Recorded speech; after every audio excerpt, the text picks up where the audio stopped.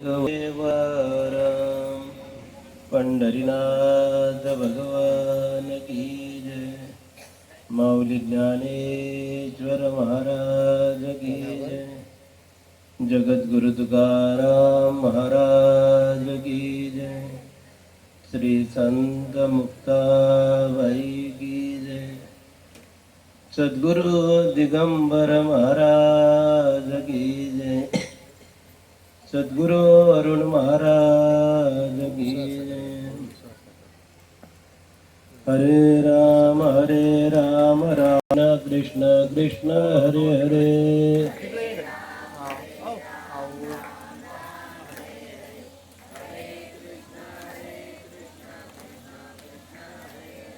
हरे राम राम राम हरे हरे। हरे कृष्ण कृष्ण कृष्ण हरे हरे।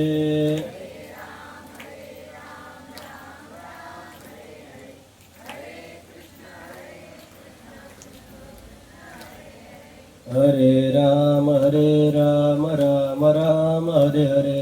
हरे कृष्ण कृष्ण कृष्ण हरे हरे।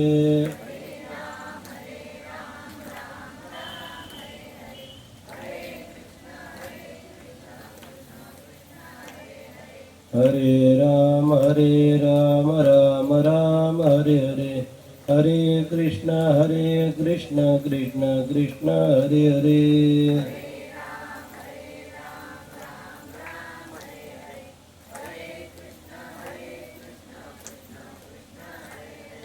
हरे राम राम हरे हरे। हरे कृष्ण कृष्ण कृष्ण हरे हरे।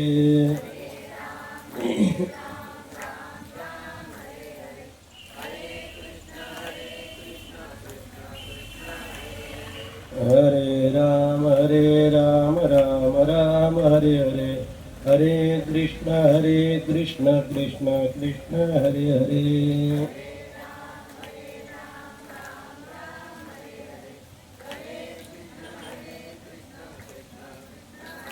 गोपाल कृष्ण भगवान की जय।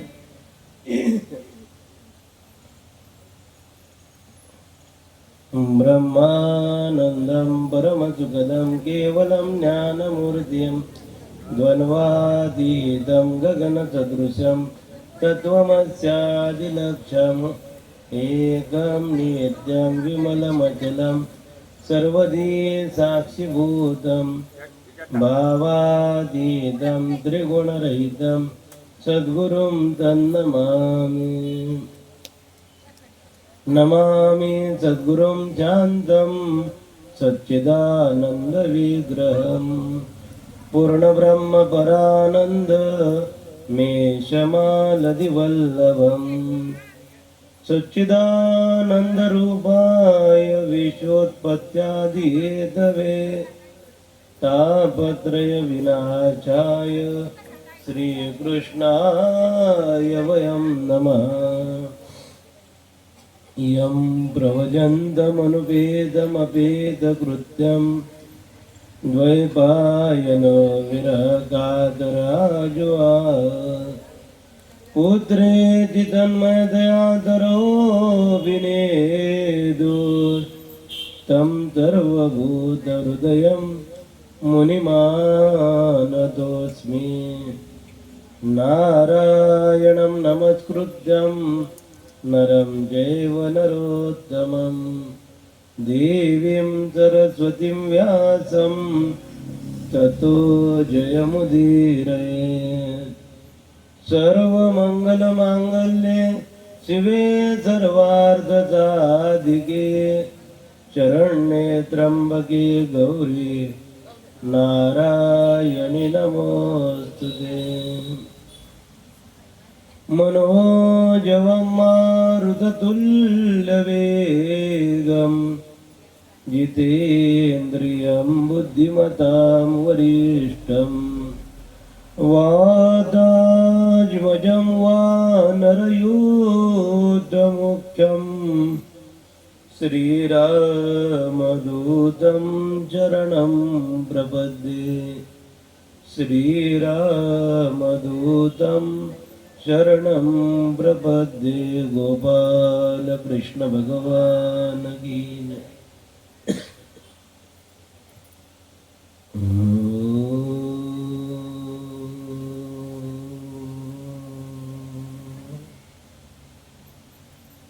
नमो भगवते वासुदेवाय।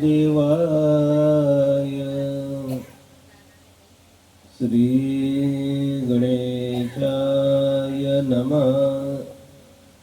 अथ श्रीमद्भागवत महापुराणम् अथ दशमस्कन्धः अथाशीतितमोऽध्यायः। राजोवाच भगवन् यानि चान्यानि मुकुन्दस्य मुकुन्दस्य महात्मनः वीर्याण्यनन्तवीर्यस्य श्रोतुमिच्छामहे प्रभो। परमात्मा श्री कृष्ण कथा मानवी जीवनामध्ये समानता प्राप्त करून देणारी एक श्रेष्ठ अशी कथा आहे। भगवंताच्या कृपेने साधू संतांच्या आशीर्वादाने चालू असलेला आपला हा अखंड हरिनाम सप्ताह वैकुंठवासी प्रभाकर चावदस इंगडे, वैकुंठवासी कुसुमबाई प्रभाकर इंगडे, वैकुंठवासी प्रमोद प्रभाकर इंगडे, वैकुंठवासी जयश्री प्रमोद इंगडे, वैकुंठवासी जयंत प्रमोद इंगडे यांच्या पुण्य स्मरणार्थ चालू असलेला आज समस्त इंगडे परिवाराकडून असलेला कार्यक्रम हा अखंड हरिनाम सप्ताह, त्या सप्ताहातील 6व्या दिनाची द्वितीय सत्रातली ही कथा आहे। भगवंताचं दिव्य चरित्र श्रवण केल्यानंतर राजाने पुन्हा प्रश्न केला, गुरुदेव, या भगवंताच्या अनंत लीला आहेत, ज्या काही आणखी लीला असतील, भगवंताचं काही चरित्र असेल, ते आम्ही पुन्हा पुन्हा श्रवण करू इच्छितो आहे। अजून आमची ऐकण्याची इच्छा आहे। ते हे ब्रह्मन विषय बाणांनी दुःखी झालेला व वारंवार पवित्र कीर्ती श्रीकृष्णाच्या मंगलमय लीलांचं श्रवण करणारा कोणता ज्ञानी पुरुष भगवंताच्या लीलांपासून विन्मुख होईल? कारण प्रत्येक माणूस हा विषयाच्या बाणांनी दुःखी झालेला आहे। प्रपंचामध्ये कोणाच्याही किती कथा ऐकल्या तरी पाहिजे तसं सुख मिळत नाही। मग त्या दुःखाचं विस्मरण होण्याकरता पवित्र कीर्ती भगवान श्रीकृष्णाचं मंगलमय जीवन, मंगलमय कथा श्रवण करण्याकरता प्रत्येक ज्ञानी जिज्ञासू पुरुषाची अपेक्षा आहे की आम्हाला देवाचं दिव्य चिंतन घडावं। गुरुदेव, काही आम्हाला भगवंताचं पुन्हा चरित्र सांगा। शुकदेवजी महाराज सांगताय, राजन, भगवंताच्या चरित्राविषयी असलेलं तुमचं प्रेम, आस्तिक्य, बुद्धी, ते बघून मला पुन्हा भगवंताचं एक चरित्र आठवलेलं आहे।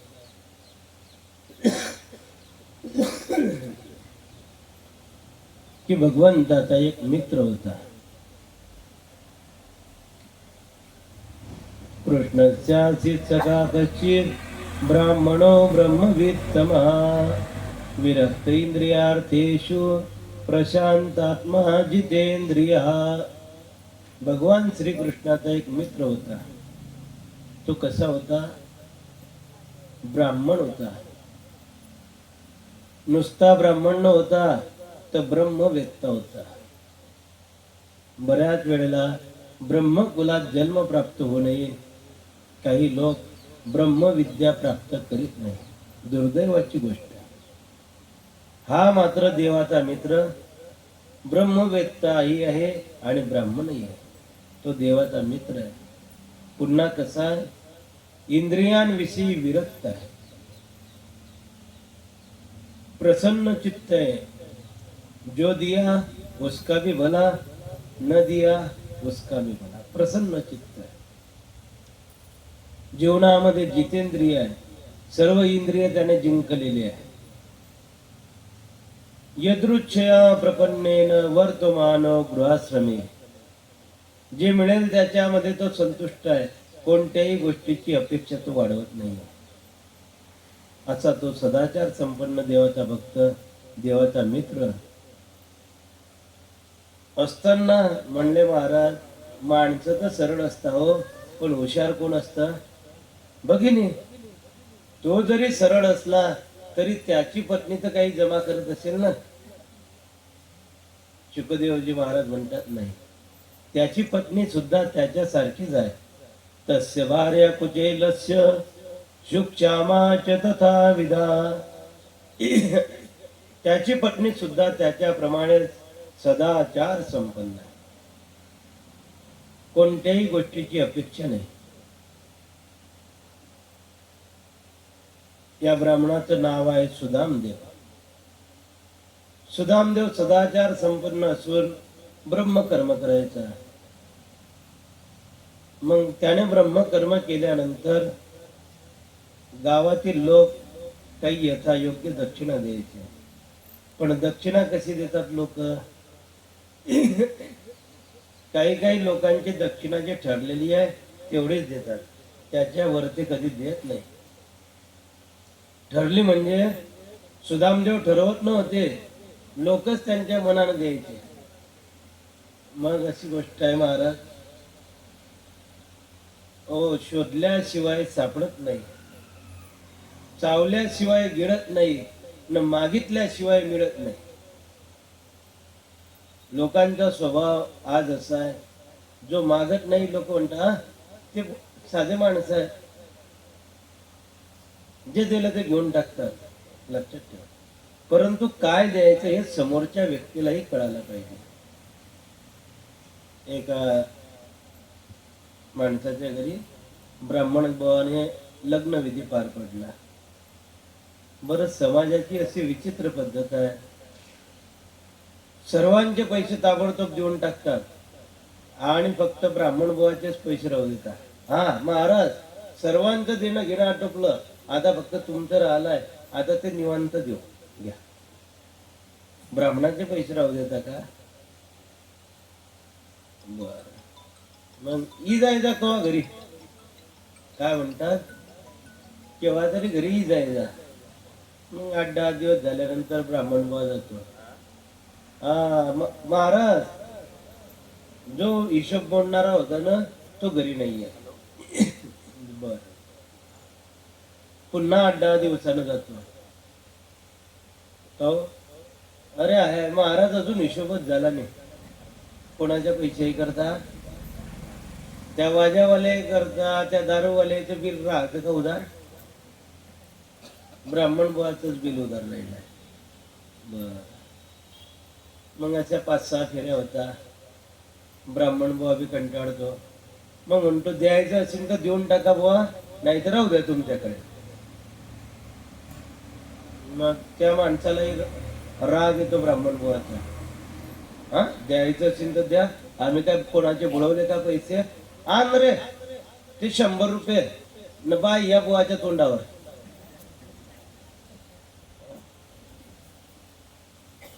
मग तो म्हणतो 100 रुपये? आता कोणता काळ आहे? 100 रुपयामध्ये लग्न प्रसंग पुरा पार पडतो का? कमीत कमी बुवा 500 रुपये तरी लागतील, 1000 रुपये तरी लागतील. हा, खायलाच बसले आहे कसे सर्वजण, लग्न करणाऱ्याच्या घरी सर्व खायलाच बसले आहे. कोण? ज्या ब्राह्मण बुवाने देवदैवताचं अधिष्ठान केलं, ज्या ब्राह्मण बुवाने तुमच्या मुलाला नवरदेव केला, तो खायला बसलाय का? महाराज, 1 लाखाची तर नुसती दारू झाली हो आमची. मग म्हणलं, आता मोक्षालाच जासाल तुम्ही. त्या दारूचा आणि वाजाच्या खर्चाला लोकांचा कमी जास्तपणा नाही आणि ब्राह्मणाला देताना कमी जास्त आहे. बर, मग तो म्हणतो नाही बा इतके पाहिजे, इतके पाहिजे. आमच्या लग्नात तर 100च रुपये दिले. कारण तुमच्या लग्नात 100 दिले तर पोरांच्या लग्नातही 100च द्यायचे का?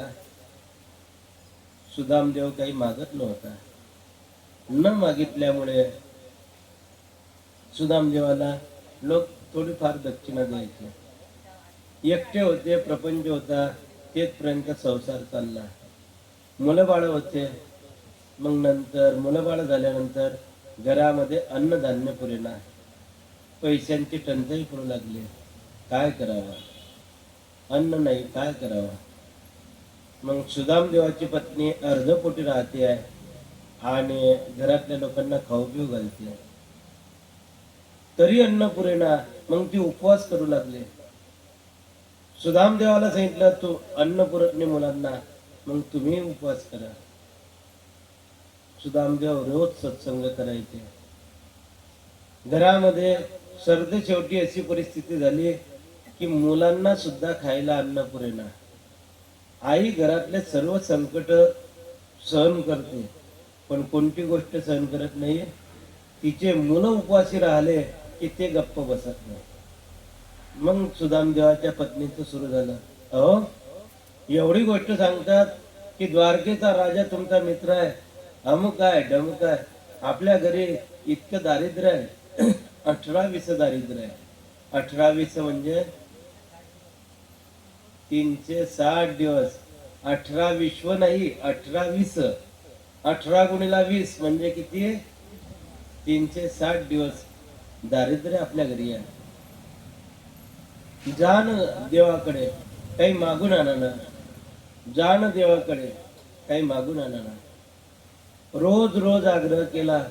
आणि मग सुदामदेवाने सांगितलं, मी देवाकडे मागण्याकरता जातो, पण अशी गोष्ट आहे, कोणाकडेही 3 लोकांकडे रिकाम्या हाताने कधी जायचं नाही. रिक्त हस्ते न गच्छेत राजानाम देवताम गुरु. 3 लोकांकडे रिकाम्या हाताने जायचं नाही. राजाकडे, देवाकडे आणि गुरुकडे. म्हणून मंदिरातही भगिनी येताना काही ना काही मूठभर धान्य घेऊन येतात. रिकाम्या हाताने कधी जायचं नाही. रिकाम्या हाताने कधी जायचं नाही. माणसं भले कठीण असतात. एक म्हणलं रिकाम्या हाताने जायचं नाही, मग आपल्याकडे खाटचं गाथा आहे. काय आहे म्हटलं? खाटचं गाथा का त्या बुवाले मारतो की काय? भले दांडुरंगी लोक आहे बुवा. मग काहीतरी भेट वस्तू दे. सुदामदेवाच्या पत्नीने सांगितलं घरात काहीच नाही तर काय देऊ? मग सुदामदेवाची पत्नी शेजारी पाजारी गेली आणि तिने काही वस्तू मागितल्या. शेजारच्या लोकांकडून तिने 4 मुठी पोहे आणलेले. किती मुठी? काही म्हणतात 3, काही म्हणतात 1. 4 मुठी पोहे. या चित्वा चतुरो मुष्टीन विप्रान पृथक तंडुलान. चतुरो 4. 4 मुठी पोहे आणलेले आहे. आणि मग ते पोहे तयार केले, आपल्या मालकाच्या उपरण्यात बांधले आणि सुदामदेवाला देवाच्या भेटी करता पाठवते. सुदामदेव अत्यंत गरीब, जे उपर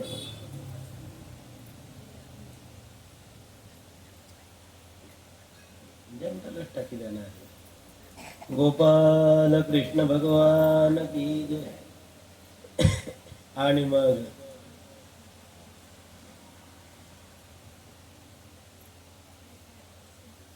सुदामदेव देवाच्या भेटी करता निघाले. कसे चालले आहेत सुदामदेव? तर तो कवी वर्णन करतोय. चले श्याम सुंदर से मिलने सुदामा. चले श्याम सुंदर से मिलने सुदामा.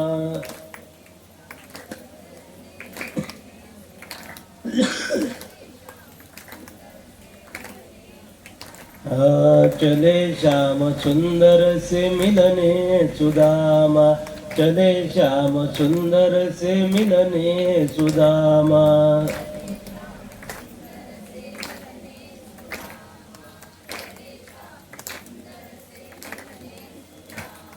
जाते जाते मन में हरे कृष्ण राम,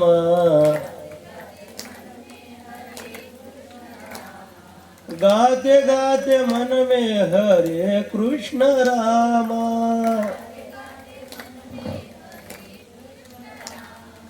चले श्याम सुंदर से मिलने सुदामा, चले श्याम सुंदर से मिलने सुदामा।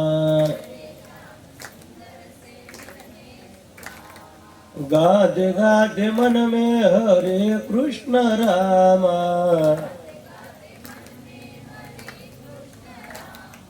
गाते गाते मन में हरे कृष्ण रामा।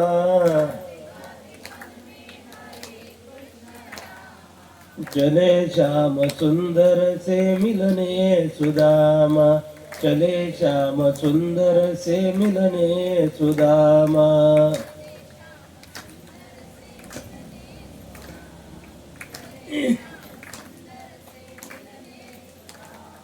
चले श्याम सुंदर से मिलने सुदामा, चले श्याम सुंदर से मिलने सुदामा।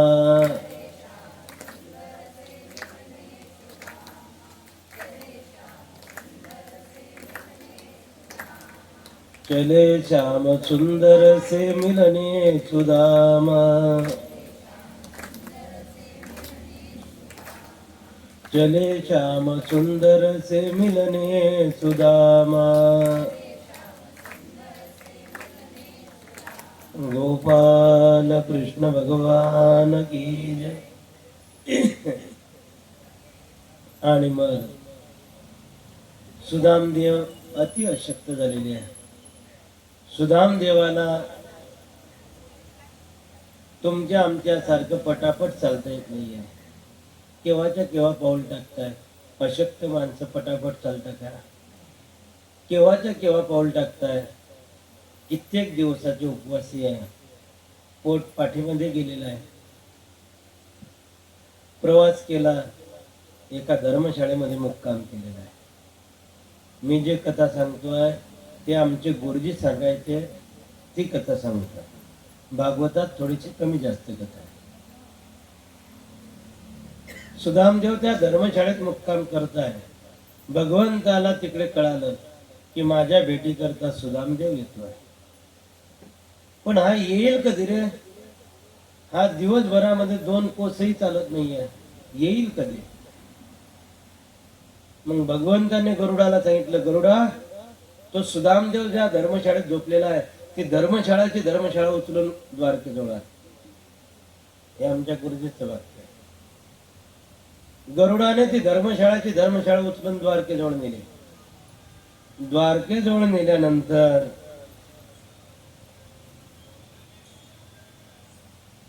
गोपाल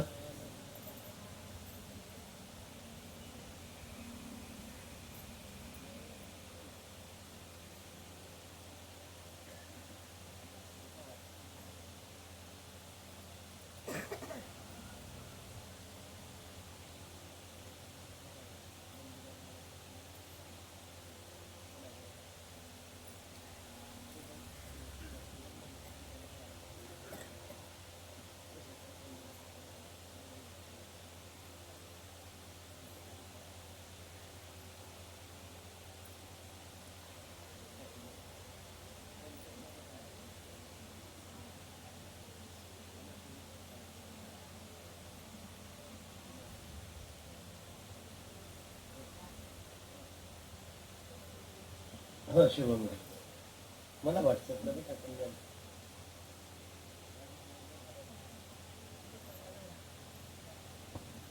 गोपाल कृष्ण भगवान की जय. आणि मग सुदामदेव तिथं सकाळी उठले पाहतात इकडे सुशीलेला दुःख झालेलं आहे, माझा पती अत्यंत दुर्बळ आहे, रस्त्यानं चाललेला आहे, कोण्या गाडीवाल्याचा धक्का लागेल, प्रवास सुखरूप होईल का, काही होईल का. मी सांगितलं ग्रंथात नाही, पण गुरुजी सांगायचं तेवढं सांगतो. सुशीलेनं एक पण केला, देवा जेथपर्यंत माझे पती सुखरूप घरी परत येत नाही तेथपर्यंत मी अन्न पाणी ग्रहण करणार. सुदामदेव तिथं गेले, पाहतात उंच उंच सोन्याचं शिखर असलेलं शहर आहे. विचारलं, अरे हे कोणतं नगर आहे, कोणतं नगर आहे. सर्व लोक हसू लागले, अरे तुला या नगराचं नाव माहिती नाही म्हणून. नाही, एका सज्जन माणसानं सांगितलं, या नगराचं नाव द्वारिका धाम आहे. अरे इतक्या जवळ द्वारिका धाम असताना मी एकदाही देवाच्या भेटी करता आलो नाही. वाईट वाटलं, परंतु एवढ्या मोठ्या द्वारिका धामामध्ये माझा भगवंत कुठे राहत असेल गड्या. देवाचा महाल कुठे आहे, देवाचा महाल कुठे आहे विचारताय. सर्व लोक थट्टा करतात. एका सात्विक माणसानं सांगितलं, हा जो उंच उंच महाल दिसतो तोच भगवंताचा महाल आहे. देवाच्या महालाला जाण्याकरता 7 दरवाजे आहेत. 5व्या दरवाजापर्यंत ब्राह्मणांना प्रवेश आहे. हा 5व्या दरवाजापर्यंत गेला. 7 दरवाजे म्हणजे हे असे दरवाजे का, त्याचा आध्यात्मिक अर्थ आहे ज्ञानाच्या 7 अवस्था. शुभेच्छा, तनुमानसा, सत्वापत्ती अशा 7 अवस्था जो पार करेल त्याला देवाची प्राप्ती होते. सर्व लोकांना देवाची प्राप्ती होत नाही. सुदामदेव 5व्या दरवाजावर गेला. शिपायांनी सांगितलं, काय पाहिजे रे तुला. त्याने सांगितलं, मला काहीच नको, मला फक्त देवाची भेट पाहिजे. अरे कपडे फाटके, चांगले कपडे घे. नाही. अरे भुकेला दिसतोय, अन्नदान घे. नाही. गोदान घे, सुवर्णदान घे, भूमिदान घे. सुदामदेव काहीच घ्यायला तयार नाही. फक्त एकच अपेक्षा आहे, मला देवाची भेट पाहिजे. मला वाटतं आपण जर असतो तर काय घेतलं असतं, आपण सर्व गाठोडा बांधून घेतलं असतं घरी. का हो, भेटले का देव, देवाला भेटण्याची गरजच नाही, बाहेरच सर्व भेटलं. पण सुदामदेव होते, देवाच्या भेटी करता आलेले होते. आणि मग देवाचीच भेट पाहिजे. त्या शिपायांनी सांगितलं, अरे देवाची भेट होऊन तुला काय भेटणार आहे, आम्ही तू म्हणशील ते द्यायला तयार आहे. सुदामदेव नको नको म्हणतोय, देवाचीच भेट हवी आहे. एकाने विचारलं, अरे असा देवाचा आणि तुझा काय संबंध आहे, देवाचीच भेट पाहिजे तर. सुदामदेव बोलून गेले, तो भगवंत माझा मित्र आहे. मित्र म्हणता बरोबर सर्वजण हसू लागले. लक्षात ठेवा, आपत्कालामध्ये मोठ्या माणसाचं नातं सांगायचं नसतं.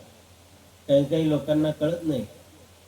गावात आल्यानंतर ते अमुक अमुक शेठ आहे ना, ते आमचे नातेवाईक आहे. नाही, ते नातेवाईक सांगायचे नाही. का, लोक आपली थट्टा करतात. माहिती आहे तुम्हाला, हे ते खासदाराच्या जो इथे नातेवाईक आहे ना, गावोगाव भीक मागतात, लोक थट्टा करतात.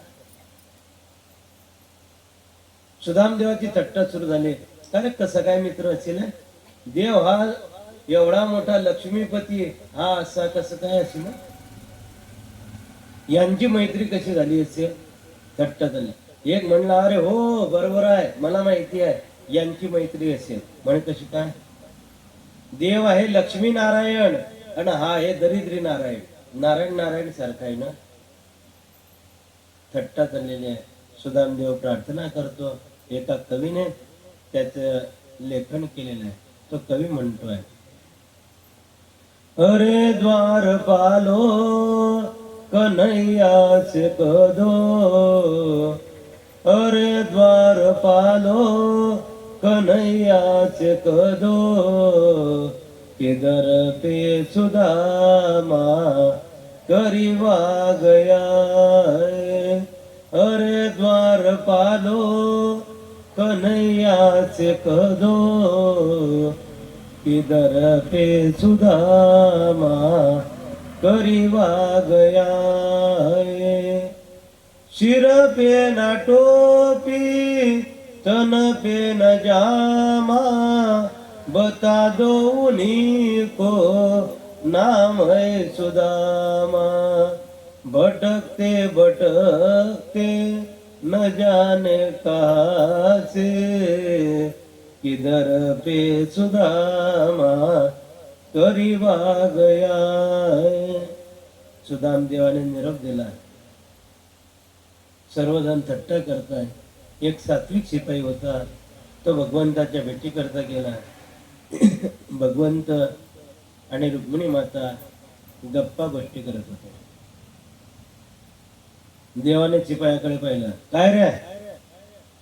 देवा, कोणी ब्राह्मण आपल्या भेटीची अपेक्षा घेऊन आलेला आहे. भगवंताने सांगितलं मला वेळ नाही, तो जे मागेल ते त्याला देऊन टाक. देवाला जर त्याच्या भेटी करता वेळ नव्हता तर गरुडाला पाठवून का आणला? तो जे मागेल ते त्याला देऊन टाक. पुन्हा देव आई साहेबाबरोबर गप्पा करत आहे. गप्पा करत असताना 2 मिनिटं 3 मिनिटं झाले. देवाने पाहिलं. हा, का रे? जा, सांगितलं ना तुला, मला वेळ नाही. तो ब्राह्मण जे मागेल ते देऊन टाक म्हणल्यानंतर त्या शिपायानं हात जोडले. देवा, तो ब्राह्मण काहीच घेत नाही, तो केवळ तुमच्या भेटीची अपेक्षा घेऊन उभा आहे. देव जरा त्रासिक मुद्रेनं म्हणताय, कोण आहे रे असा हट्टी आणि दुराग्रही ब्राह्मण की केवळ माझीच भेट पाहिजे, काही घेत नाही? देवाला माहिती नव्हतं, पण खेळ तो येण्याची खेळावा. आणि मग शिपायाने सांगितलं, देवा, तो ब्राह्मण त्याचं नाव सुदामदेव सांगतोय. काय काय? पुन्हा पुन्हा देव म्हणताय. ताड दिशी उठलेले आहे. सुदामा, सुदामा आला, सुदामा आला. आणि देव धावायला लागले. रुक्मिणी आई साहेबाला आश्चर्य वाटलं. असा कोण पाहुणा आलाय? अरे, मोठमोठे खासदार प्रचाराला येतात, हा जागचा हालत नाही. मुख्यमंत्री उपमुख्यमंत्री येतात, हा उठत नाही. आणि असा कोण पाहुणा आला की ज्याच्याकरता हा पळायला लागलाय, धावायला लागला? हुआ रुक्मिणी को बहुत चंबा.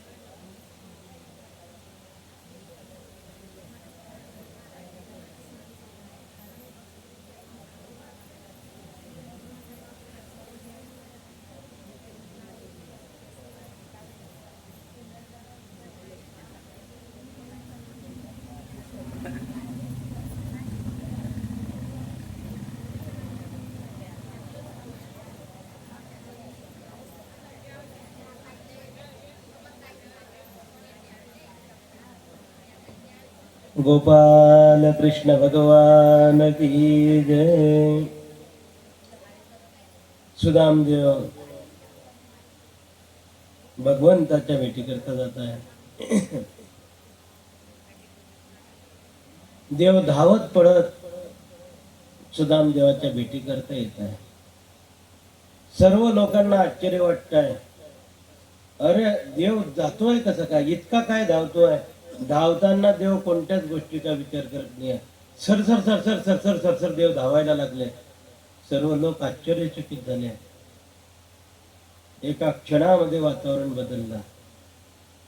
भगवंत धावत पडत आले आणि एकदम घामाने ओला चिंब झालेला सुदामदेव, कपडे अत्यंत मलिन झालेले आहे. एक एक हाड पाठीचं पोटाचं मोजून घ्या असं झालेलं होतं. असा तो हाडकुळा ब्राह्मण काठी टेकून थोडासा लपका खातोय. त्या ब्राह्मणाला भगवंत आले आणि एकदम देवाने आलिंगन दिलं. सर्व लोकांना आश्चर्य वाटलं. अरे एवढा मोठा भगवंत भरजरी कपडे घातलेला आणि घामानं ओले झालेल्या माणसाच्या कपड्यांना आलिंगन देतोय. लक्षात ठेवा, लोक देवाच्या समोर साष्टांग दंडवत घालत नाही का? मंदिरातली धूळ आमच्या कपड्याला लागेल. निस्ते बरं हे कपडे तरी कोणी दिलेले आहे? त्या देवानेच दिलेले आहे. तरी सुद्धा आम्हाला त्या देवाच्या समोर दंडवत घालताना लाज वाटते. आमचे कपडे घाण होण्याची भीती वाटते. या जगाचा मालक त्या गरीब ब्राह्मणाला आलिंगन देतोय. आणि भगवंताने सुदामदेवाच्या खांद्यावर डोकं ठेवलं आणि जोर जोरात देव रडू लागले. महाराज, एका क्षणात वातावरण बदललं. सर्वजण शोकमग्न झालेले आहे. देव रडताय. धन्य महाराज तो भगवंत. जराची काही श्रीमंती प्राप्त झाली तर आम्ही आमच्या आपतेष्टांना विसरून जातो. काही काही माणसं आपल्या आई वडील खेड्यातले माणसं आहे आणि मुलं जर क्लास 1 ऑफिसर झाले तर त्या क्लास 1 ऑफिसर मंडळीमध्ये माणसं आपल्या आई वडिलांची ओळख लोकांना करून देत नाही का? यांची ओळख जर केली तर आमचं इम्प्रेशन डाऊन होईल. एकाने विचारलं, साहेब हे कोण आहे हो तुमच्या घरी? त्याने आईच्या आणि बापाच्या तोंडावर सांगितलं, हा मनुष्य आमच्या शेतावरचा गडी आहे आणि ही बाई आमच्या घरी भांडेकोंडी करणारी बाई आहे. जन्मदात्या आई वडिलांची ओळख आम्ही सांगू शकत नाही का? आमचे इम्प्रेशन पोझिशन डाऊन होईल. पण जगाचा मालक एका सामान्य ब्राह्मणाच्या खांद्यावर डोकं ठेवून डसा डसा रडतोय. देवाला आपलं इम्प्रेशन पोझिशन काहीच वाटत नाही. धन्य आहे महाराज भगवंत. जोर जोरात देव रडू लागले. सुदामदेवही रडू लागलेले आहे. भगवंत म्हणतात, सुदामा असं माझं काय चुकलं की इतक्या दिवसात तुला कधी माझं स्मरण झालं नाही? सुदामा, अरे इतक्या दिवस मला तू का भेटला नाही? भगवंत रडू लागले. संपूर्ण वातावरण शोकमग्न झालं. धन्य आहे महाराज तो भगवंत. साधा वया भक्ती काज नाही लाज धरत. देवाला जराशी लाज वाटत नाही की मी ह्या त्रैलोक्याचा मालक आहे, हा गरीब ब्राह्मण आहे. देव रडता रडता हळूहळू भगवंताने हाताची पकड ढिली केली आणि हळूहळू भगवंत सुदामदेवाच्या पायावर पडले. पायावर पडल्यानंतर पाय धरले. देव इतके रडले, इतके रडले की देवाने सुदामदेवाचे पाय धुवून काढले. कशाने? चरण आंसू से श्याम ने धुलाए. धन्य आहे महाराज. जगतामध्ये देव भरपूर आहे. आम्ही कोणाच्या देवाविषयी नाव ठेवत नाही, पण आमच्या बापासारखा देव ह्या जगतात कोणीच नाही. इतका भोळा देव. वारकरी नेसते घरातून बाहेर निघाले. आमच्या गुरुजीचं वाक्य आहे, जो पायी पंढरपूरला जाईल म्हणेल तो घराच्या बाहेर 1 पाऊल टाकतो, तर माझा पांडुरंग पंढरपुराच्या बाहेर 100 पावलं येतो. इतका कृपाळू देव कोणाचा पाहिलाय का तुम्ही? ऐसा कृपावंत कोण माझ्या विठाई वाचून. असा कृपावंत देव कोणी आहे का? बघा तुम्ही एकदा वारीला बघा. ओ प्रत्येक गावला आपण जाण्याच्या अगोदर लोक खाण्यापिण्याच्या वस्तू घेऊन, सामुग्री घेऊन सिद्ध असतात. कोण कोणाचं नातेवाईक आहे, कोण कोणाचा आदरातिथ्य करतो. आमच्या घरी किती जरी मोठा पाहुणा आला तरी आम्हाला त्या पाहुण्याविषयी पाहिजे तसं प्रेम नसतं. तोंडावर बोलणं वेगळं आणि तो जात्याबरोबर म्हणता बरं झालं रे बापा. पण पंढरपूरला जात असताना जागोजागी प्रत्येक ठिकाणी मान सन्मान केला जातो. कोण करतो हा मान सन्मान? माझा पांडुरंगच लोकांना भक्तांचा मान सन्मान करायला लावतो. भक्तांचा हा मानाचा सोहळा भक्तांकरता वाजा काय असतो, पायघड्या काय असतात महाराज. धन्य आहे महाराज भगवंत. भगवंत स्वतः ह्या गोष्टी करून घेतात. त्याच्या इतका कृपावंत या जगतात कोणीच नाही. हो, ऐसी आशी शरण जावे शक्ती जीवेन वंचे. त्याच्या स्वभावाचं काय वर्णन सांगू महाराज. देवा इतका कृपावंत कोणीच नाही. भक्तांवरती देवाचं अति प्रेम आहे. वाट पाहे उभा भेटीची आवडी, वाट पाहे उभा भेटीची आवडी.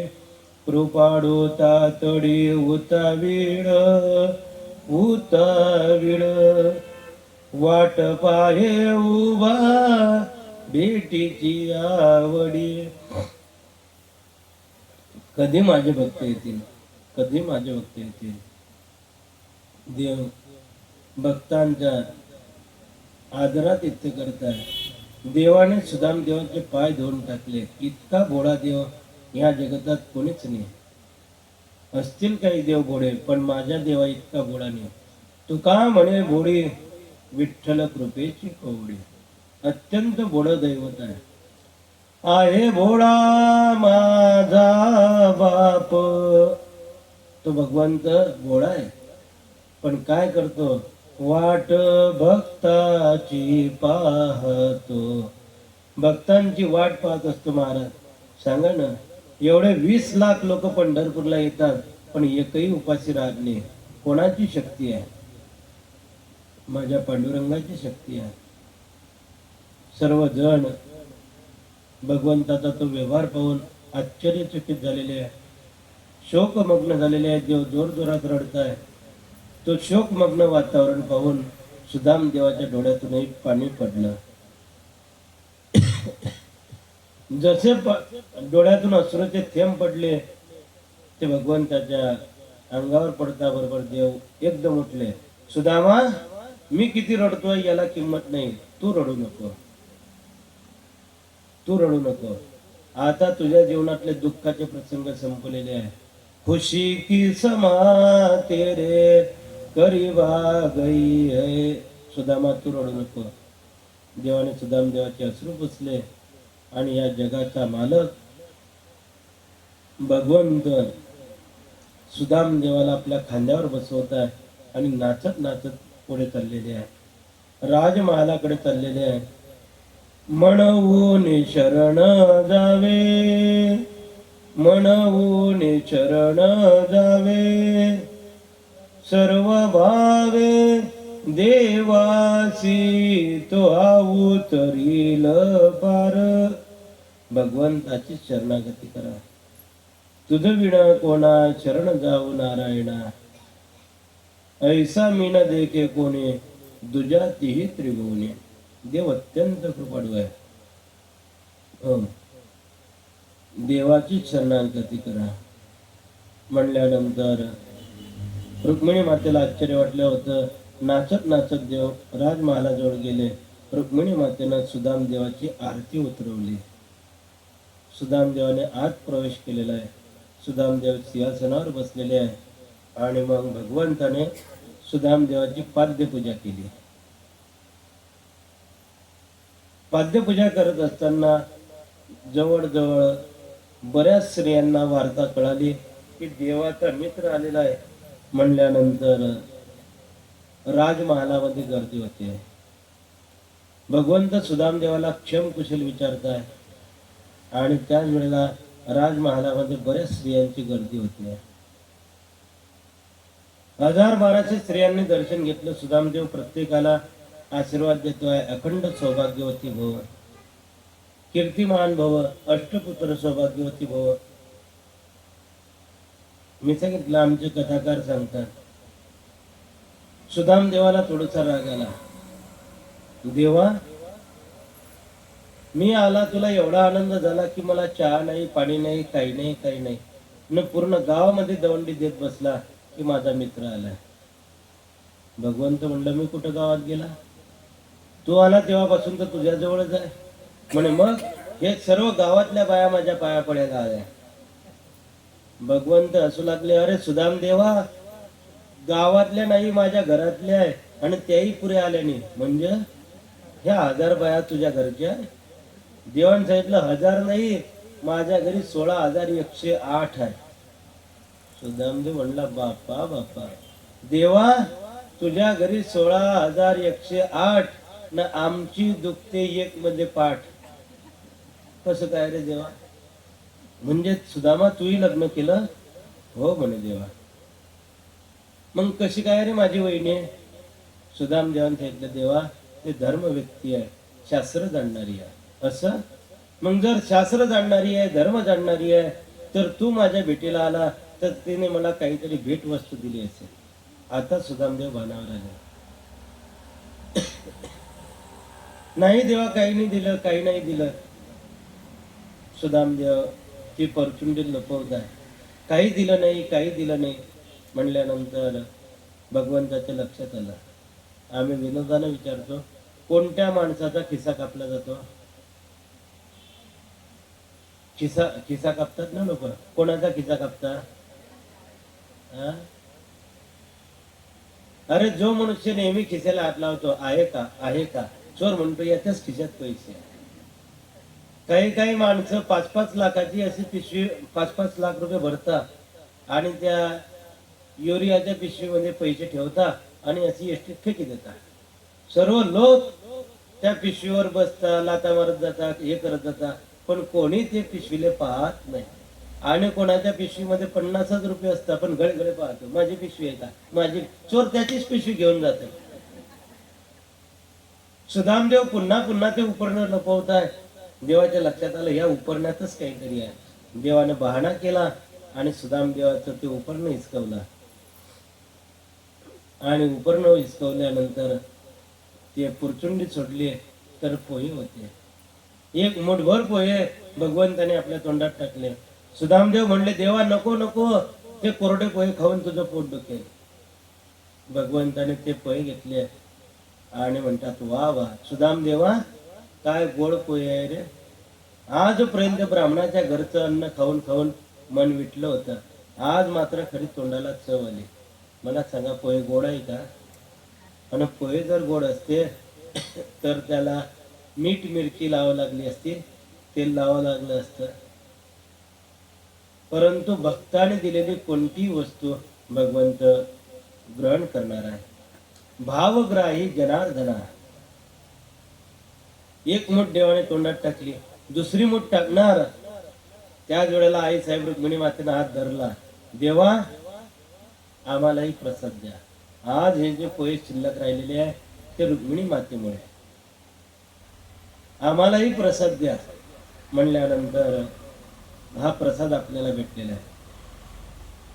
तर सुदामा आंघोळ वगैरे झालेले नाही. म्हणले, देवा आम्ही वारकरी आहे, सकाळी उठलो की प्रवासाला निघतो. बरं ऐका, सर्वांनी माझ्या मित्राच्या आंघोळी करता पाणी आणा. सर्व राण्यांनी 1-1 प्लॅस्टिकची बाटली पाणी आणायचं आणि 1-1 साबण आणायचं. सुदाम देवा करता स्वतंत्र बंगई टांगली. श्रीमंत माणसं कुठं आंघोळ करता?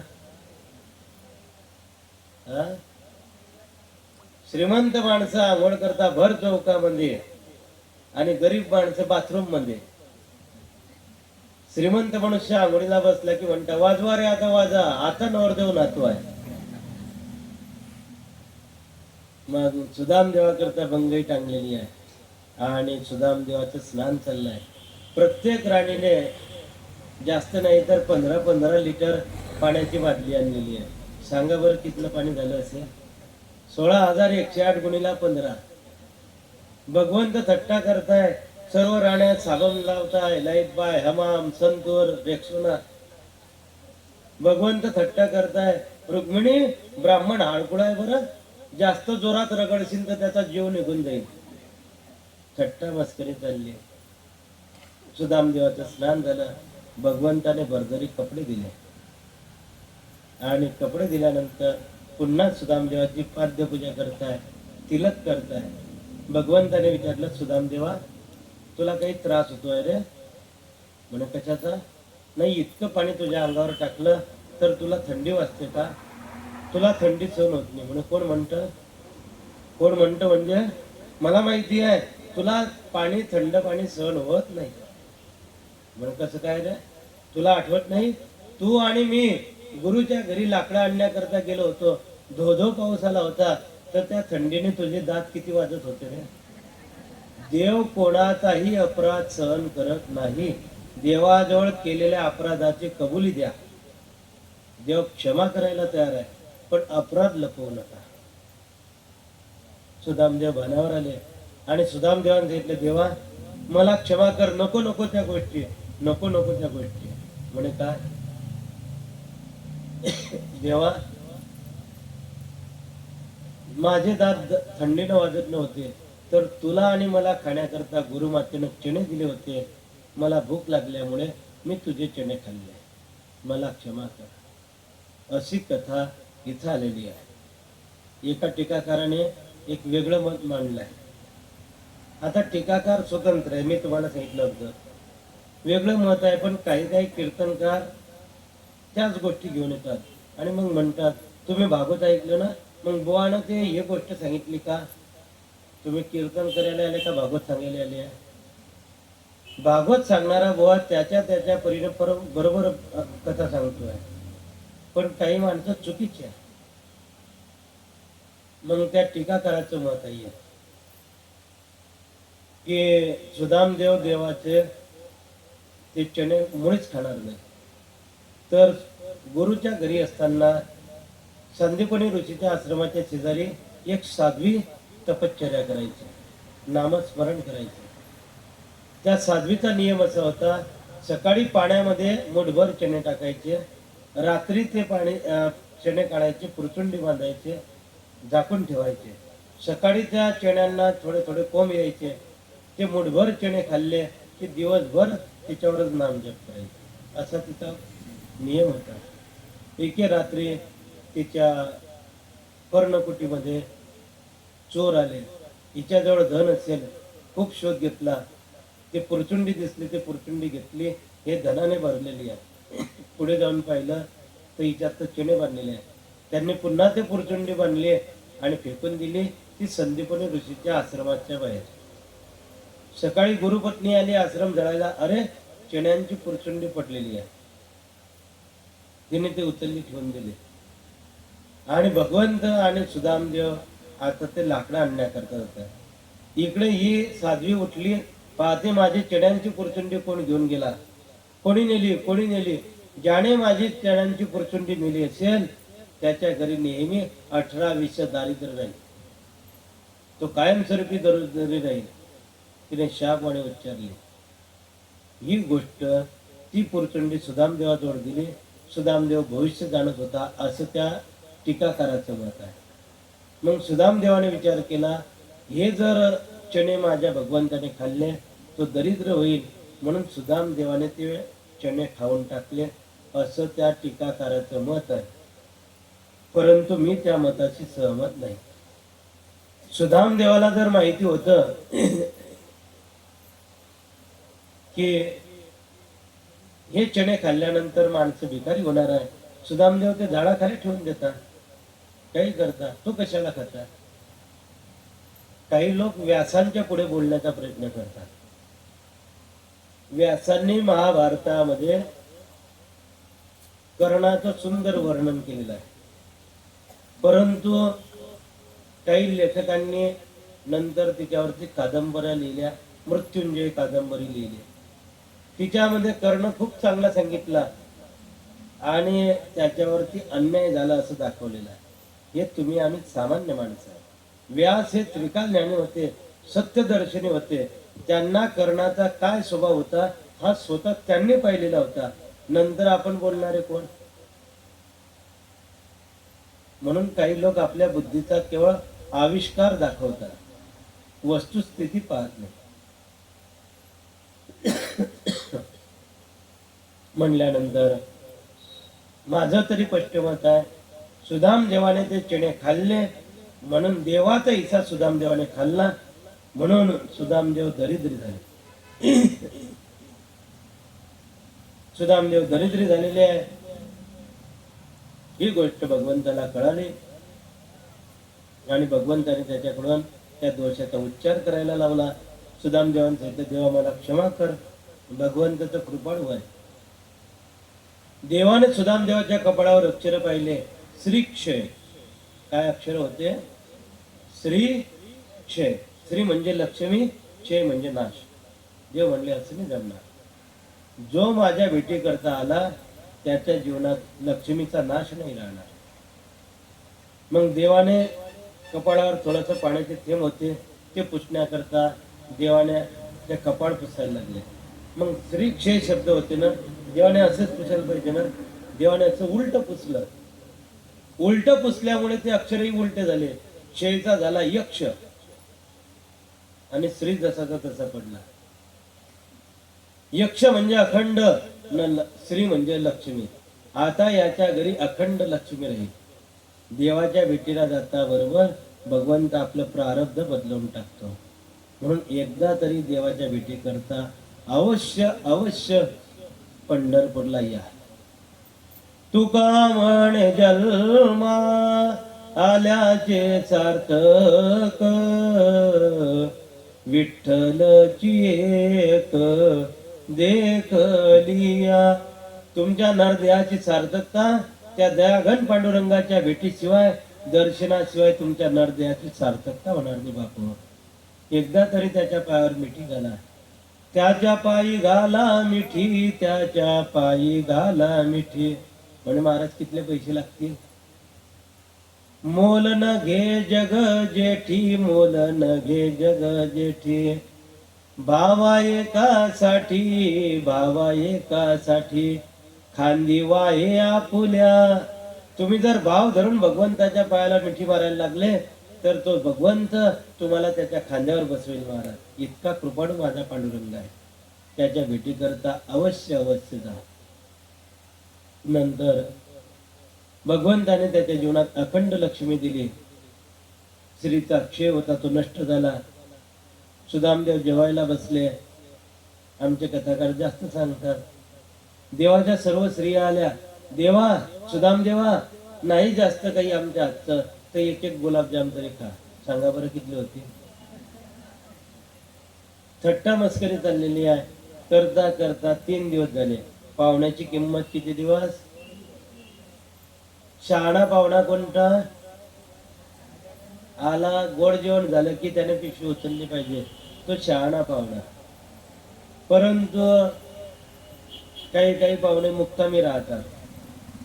मग पहिल्या दिवशी पाहुणा, दुसऱ्या दिवशी बिलावणा, न तिसऱ्या दिवशी बी राहिला तर नको रे बाप्पा, नाहीले राहिलं नाही आता.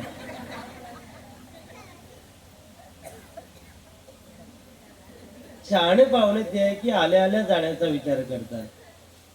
सुदामदेव राहत आहे. कारण सुदामा, तुला काही घरची आठवण येत नाही? देवाला सुदामदेवाचं प्रेम नाही का? प्रेम आहे, परंतु देवाला भीती एवढीच होती की त्या ब्राह्मणबाईने घरी व्रत केलेला आहे, अन्न पाण्याचा त्याग केलेला आहे. न जाणो ब्राह्मणबाई मेली तर मी काय करू? आणि मग सुदामदेव परतीला जायला निघाले.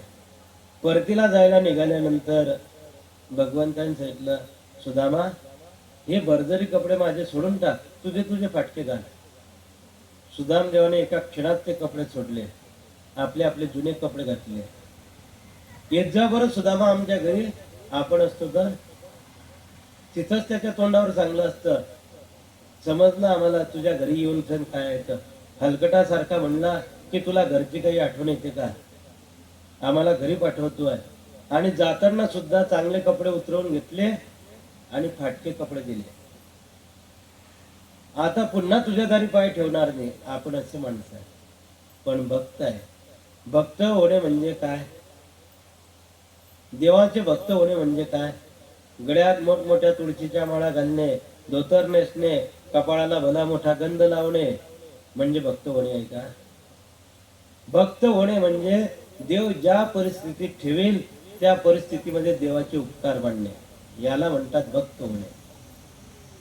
सुदामदेवाला विचारलं, का हो सुदामदेवा, त्या देवाने तुमचे भरदरी कपडे उतरवून घेतले, फाटके कपडे दिले. सुदामदेव देवाचा भक्त होता. तो म्हणला, माझ्या पांडुरंगाला केवढी माझी काळजी आहे. जर हे भरदरी कपडे घालून मी प्रवास केला असता तर रस्त्यामध्ये मला चोरांनी ठोकलं असतं, म्हणून देवाने हे फाटके कपडे दिले. लक्षात ठेवा, कोणतीही परिस्थिती असो त्यामध्ये देवाचे उपकार म्हणा. का हो, एवढा देवदेव करता, इतका मोठा परमार्थ करता आणि तुमच्या घरची परिस्थिती अशी साधारणच. महाराज, फार देवाचे उपकार आहे आमच्यावर. जास्त आमच्याकडे पसारा देवाने दिला नाही, जास्त सांभाळायची कटकट देवाने आम्हाला दिली नाही. हे छोटस घर आहे, दरवाजा लावला काय न लावला काय, आले तर चोरबी येतील, बसतील घरात, पाणी पितील न जातील. नेण्यासारखं घरात काहीच नाही. देवाने आम्हाला काही दिलं नाही, फार चांगलं झालं. आम्हाला कशाच टेन्शन. पंढरपूरला गेले तर 4 महिने तिकडे राहिले तरी आम्हाला घराचं टेन्शन. पैसे दिले नाही तेही देवाचे उपकार आहे. का हो, देवाने इतकी प्रॉपर्टी दिली तुम्हाला. हो महाराज, देवाने मला त्याचा विश्वासू समजून त्याची प्रॉपर्टी सांभाळण्याकरता दिली आहे. मला नाही दिली, ते प्रॉपर्टी सांभाळण्याकरता दिलेली आहे. मी देवाची प्रॉपर्टी सांभाळतो आहे. कोणत्याही परिस्थितीमध्ये कोणाचा उपकार आहे, देवाचे उपकार आहे. देवाने मला विश्वास पात्र समजलं म्हणून त्याची ही लक्ष्मी माझ्याजवळ दिलेली आहे. देवाचे उपकार माना. सुदामदेव परतीला निघाले. भगवंत सुदामदेवाबरोबरच चालताय. सुदामदेव सांगताय, देवा थांबा ना, देवा थांबा ना. अनवाणी पायाने देव सुदामदेवाबरोबर पुढे पुढे चाललेले आहे. द्वारकेच्या बाहेर भगवंत आले आणि भगवंताने सुदामदेवाच्या खांद्यावर डोकं ठेवलं आणि पुन्हा जोर जोरात रडू लागले. सुदामा, येत जा बरं, मला तुमच्याशिवाय कोणीच नाही, येत जा बरं. सुदामा, माझं काही चुकलं असेल तर क्षमा कर, परंतु येत जा बरं, मी तुमच्यानं बरा दिसतो. आजही पंढरपूरला भगवान पांडुरंग आषाढ शुद्ध पौर्णिमेच्या दिवशी ज्ञानोबाराय तुकोबारायांना भेटी करता थोरल्या पादुकांवर जातो. तसा तर भगवंत 3 वाजल्यापासूनच भादुले चौकात येऊन उभे राहतात.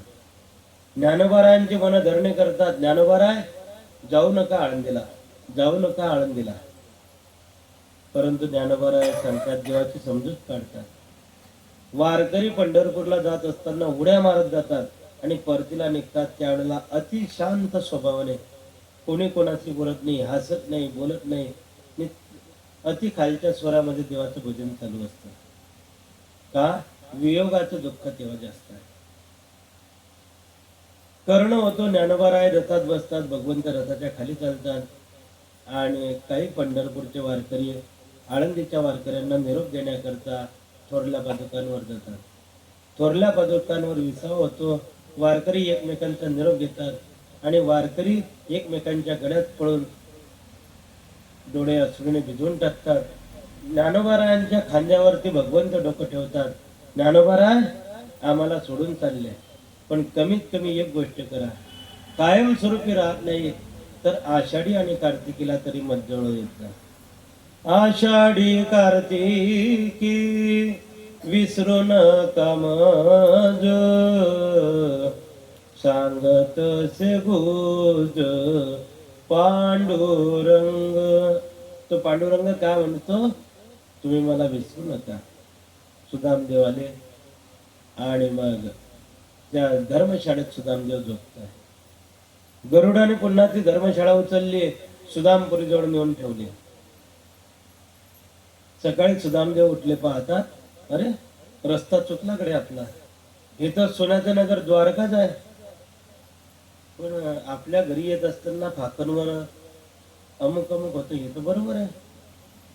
झेंड्याची चीज बी तर बरोबर दिसते आहे. काय असेल गड्या, फुल बी तर बरोबर आहे, नदी बी तर बरोबर आहे. एका माणसाला विचारलं, का हो हे नगर कोणतं आहे? म्हणे हे सुदामपुरी आहे. सुदामपुरी? अरे हे आमचं नगर तर दगडा मातीचे घर होते, हे सोन्याचे घर कसे झाले? म्हणे रात्री चमत्कार झाला आणि संपूर्ण नगर सोन्याचं झालं. सुदामदेव भानावर आले, विचार करताय. आता धर्मपत्नी विचारेल काय आणलं काय नाही. तर त्याच वेळेला वेश्वर आले, वाजंत्री वाजते आहे, सुदामदेवाचं भलं मोठं स्वागत चाललंय. लहान लहान मुलं भरजरी कपडे घालून सुदामदेवाच्या पाया लागताय. सुदामदेव प्रत्येकाला आशीर्वाद देत आहे, कीर्तिमान भव, आयुष्यमान भव. मी सांगितलं आमचे कथाकार पुढे बोलतात, एक 5 लाखाची पैठणी नेसलेली बाई, किती लाखाची? 5 लाखाची पैठणी नेसलेली बाई सुदामदेवाची आरती उतरवते. आणि आरती उतरवल्यानंतर ते सुदामदेवाच्या पाया पडते. सुदामदेवान सांगितलं, अगं ताई नको. तिच्या तोंडावर पदर होता ना. सुदामदेवाला ओळखून आला, अगं ताई नको. ते म्हणले, कोणाला ताई म्हणताय? सुदामदेव म्हणला, आवाज तो ओळखीचा आहे, पण बाई मात्र ओळखीची नाही. सुदामदेव प्रश्नार्थक नजरेने पाहू लागले, मला ओळखत नाही का? सुदामदेव म्हणता, कोण आहे गड्या? तोंडावर पदर असल्यामुळे सुदामदेवाला ओळखू येईना. मग तिने आपल्या डोक्यावरचा पदर खाली केला. का म्हणले मला? असं सांगतात, खरं का खोटं मला माहिती नाही, इथं लिहिलेलं नाहीये, पण परंपरेनं सांगतात ते ऐकतोय.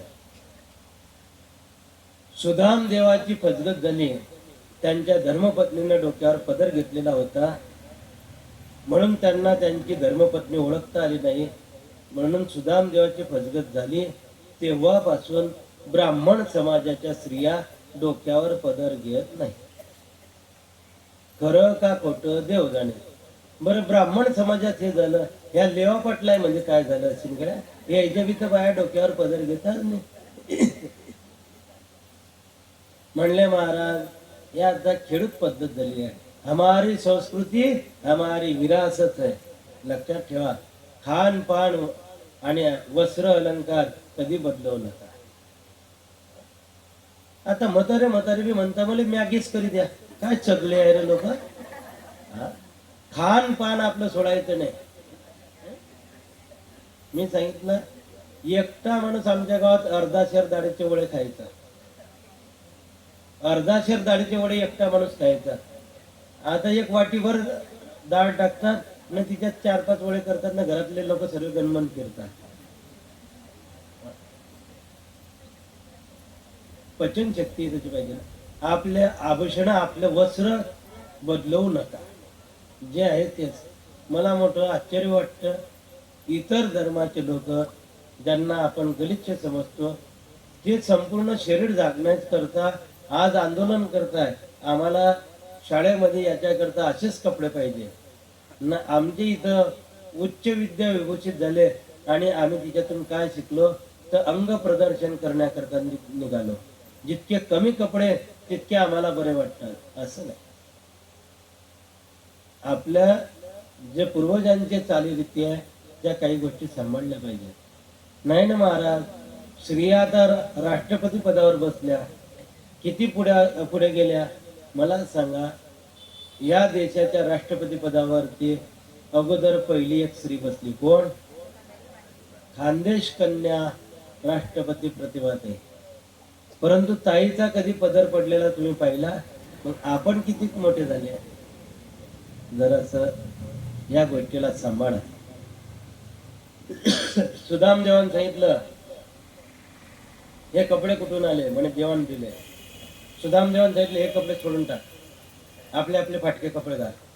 आपल्याला देवाच्या ऐश्वर्याची गरज नाही. सुदामदेवाची पत्नी वस्त्र सोडायला लागली, भगवंत रुक्मिणी माता प्रकट झाले, वस्त्र सोडायचं नाही. आपण असतो तर तुमच्यानं तर काही चांगली साडी घेऊ आली नाही न, लाडक्या बहिणीची साडी आली तर ते बी नेसू देता नाही. सुदामदेवाची पत्नी महान पतिव्रता होती. भगवंताने सांगितलं, सुदामदेवा हे ऐश्वर मी दिलेलं आहे, सोडायचं नाही. सुदामदेवाने सांगितलं, देवा आम्हाला ऐश्वर्याची गरज नाही, आम्ही वैष्णव आहे, वारकरी आहे, आम्हाला ऐश्वर्याची गरज नाही. आमचं जीवन कण्या भाकरीचे खाणे, गाती राम नाम गाणे.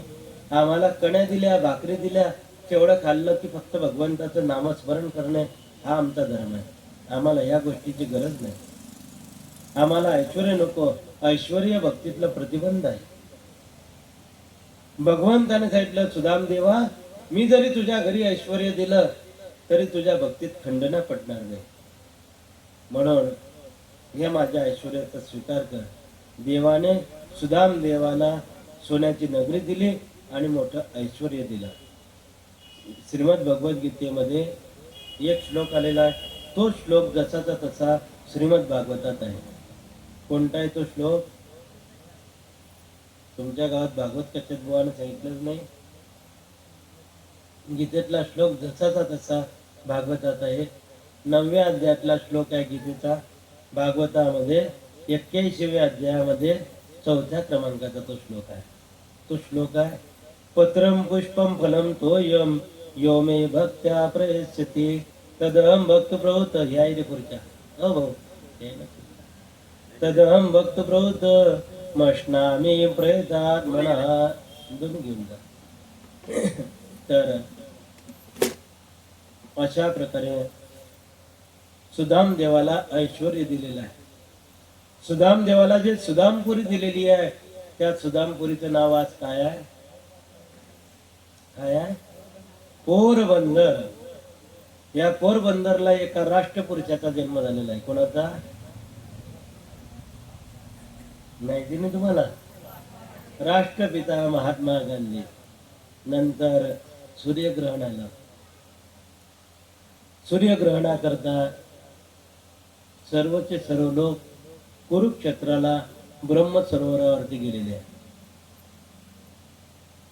आजही सूर्यग्रहणाच्या वेळेला कुरुक्षेत्रावरती ब्रह्म सरोवरावरती भली मोठी यात्रा असते.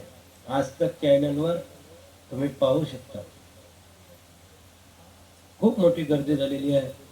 पांडवही आलेली आहे, भगवंत, त्यांचा परिवार, कुंती माता, द्रौपदी माता, सर्वचे सर्व लोक आलेले आहेत. स्नान संध्या आटोपली आणि कुंती मातेला भेटण्याकरता वसुदेव आणि देवकी गेलेले आहे. वसुदेव देवकीला पाहता बरोबर कुंती मातेनं उद्वेग निर्माण केला. धिक्कार असो माझ्या जीवनाचा. ज्या वेळेला माझ्या जीवनामध्ये आपत्काल होता, 5 मुलं घेऊन मी दारोदार फिरत होती, तेव्हा मला कोणीही मदत केली नाही. माहेरही काही कामाचं नाही ना कोणीच कामाचं नाही. कशामुळे उद्वेग करते आहे? वसुदेव कोण आहे कुंती मातेचा? अरे देवाचे वडील वसुदेव कोण आहे कुंती मातेचा? अरे भाऊ आहे ना. देव आणि अर्जुन आते भाऊ मामे भाऊ आहे ना. मग भाऊ पाहिल्यानंतर बहिणी थोडासा त्रागा करते. आमच्या घरी इतकं दुःख असताना एकही जण आमच्या मदतीला आला नाही. वसुदेवाने हात जोडले, ताई तू कारण नसता आम्हाला दोष देऊ नको. ज्या वेळेला तुझ्या जीवनामध्ये आपत्काल होता त्यावेळेला आम्ही तरी कोणत्या आनंदात होतो. मी तर त्या कवसाच्या कारागृहात बंदिस्त होतो आणि तुझे इतर भाऊ त्या कवसाच्या भीतीनं रानावनात पडून गेलेले होते. कोण तुझी मदत करेल? ताई प्रत्येक जण दैवाच्या हातचं खेळणं आहे, वसुदेवाचं म्हणणं आहे. गोपाल कृष्ण भगवान की जय.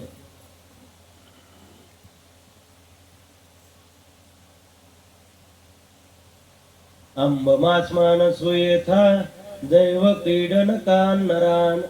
दैवाच्या आजचं हा मनुष्य खेळणं आहे.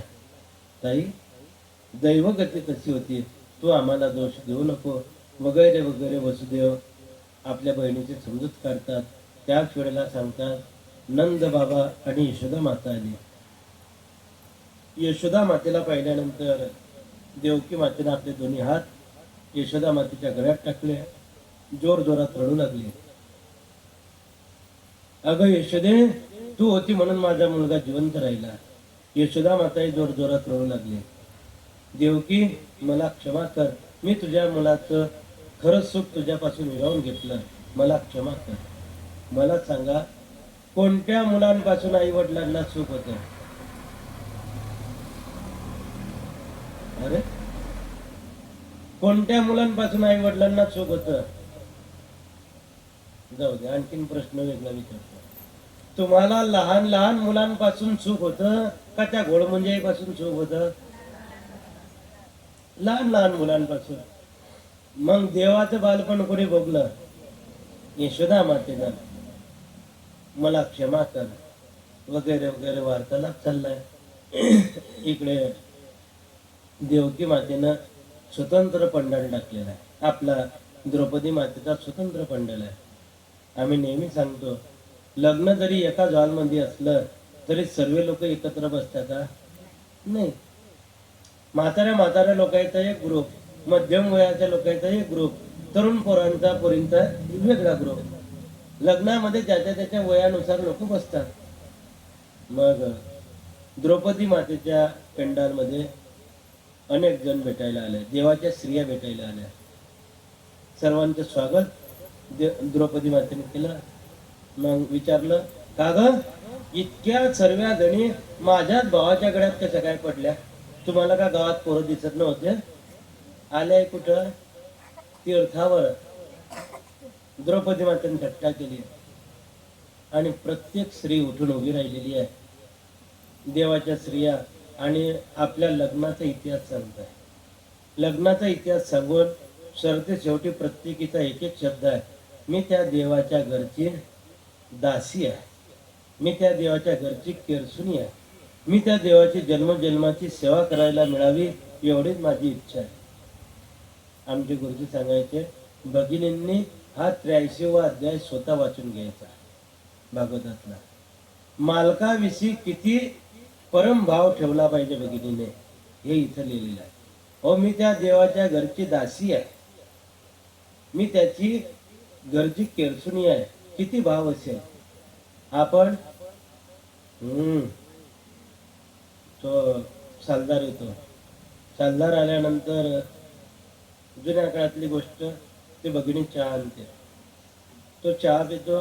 तुम्हाला बी आली आहे चहा? जरा थांबा जरा. ते सालदार चहा पितो तेपर्यंत मालकाला फोन येतो. मालक तिकडे जातो. मग म्हणते, का रे आज काय काम करशील?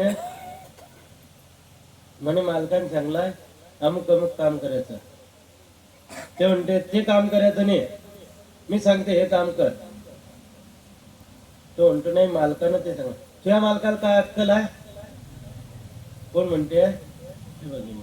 मग तो सालदार मालकाकडे पाहतो. तो म्हणतो, अरे भाऊ, मला अक्कल असते तर मी हिच्याशी लग्न करता का? मी मालकी नाही, मी सांगेन तसं ऐकलं पाहिजे. लक्षात ठेवा, आपण मालकाच्या विषयी परम भाव ठेवला पाहिजे. ती एक गाणं होतं ना, मालक कसाही असो आपल्या करता तो देवता आहे. आपण आपल्या मालकाचा अपमान स्वतः कधी करायचा नाही. काही काही भगिनी तर जवळजवळ 80% भगिनी तर मालकाला म्हणतात यायला काही डोकंच नाही आहे. महाराज त्याला डोकंच नाही आहे. बरं बाबा, तू आली म्हणून ते संसार तरी झाला, असं नाही. मालकाविषयी श्रेष्ठ भाव ठेवा. आणि मग सर्वांनी आपल्या लग्नाचा इतिहास सांगितला. 83वा अध्याय स्वतः वाचून घ्या. एवढं सांगतो. 5 मिनिटाची सुट्टी. गोपाल कृष्ण भगवान की